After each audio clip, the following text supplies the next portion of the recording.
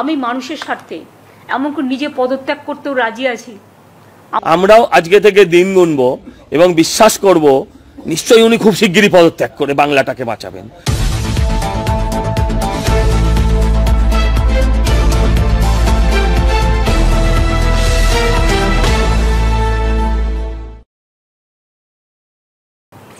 আমার এই কটি কথা বলার জন্য আমাদের নামে আমাকে অনেক অসম্মান করা হয়েছে।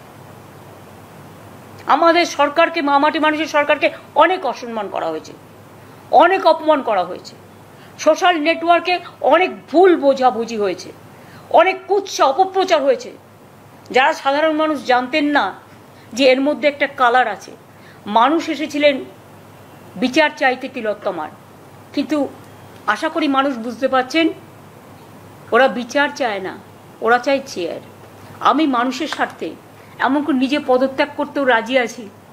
আমার মুখ্যমন্ত্রীর পদ চাই না, কিন্তু আমি চাই মানুষ বিচার পাক, তিলোত্তমা বিচার পাক, আর সাধারণ মানুষ চিকিৎসা পাক।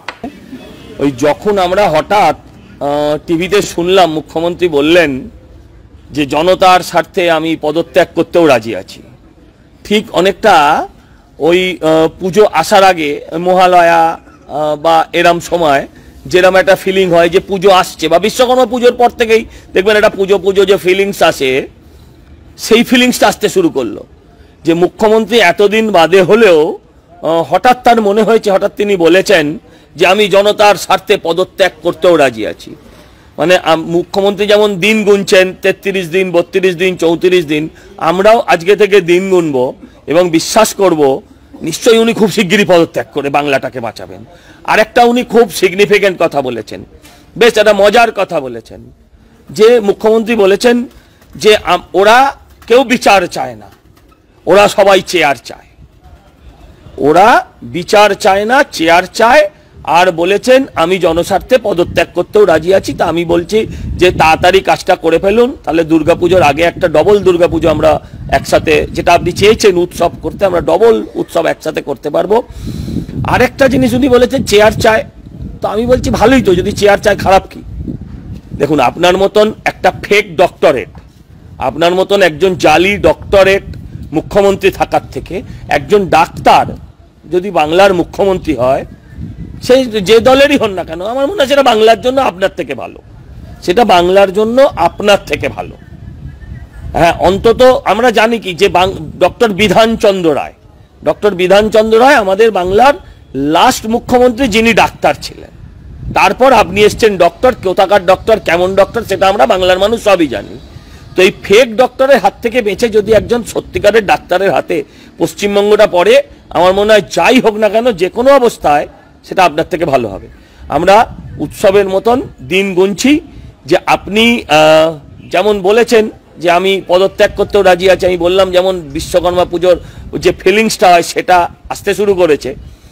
আমরাও আশা করব যে খুব তাড়াতাড়ি আপনি পদত্যাগ করে এই যে বাঙালি যে দীর্ঘদিন একদম যন্ত্রণা কাতর, শোকে আচ্ছন্ন, হ্যাঁ, তার থেকে বাঙালিকে বার করে পুরো উৎসবে মাতোয়ারা করে দেবেন।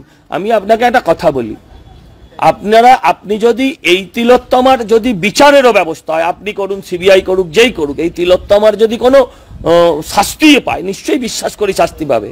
কিন্তু আপনি থাকলে পরে প্রতিদিন তিলোত্তমাদের জন্ম হবে পশ্চিমবঙ্গে, প্রতিদিন পশ্চিমবঙ্গে তিলোত্তমাদের জন্ম হবে।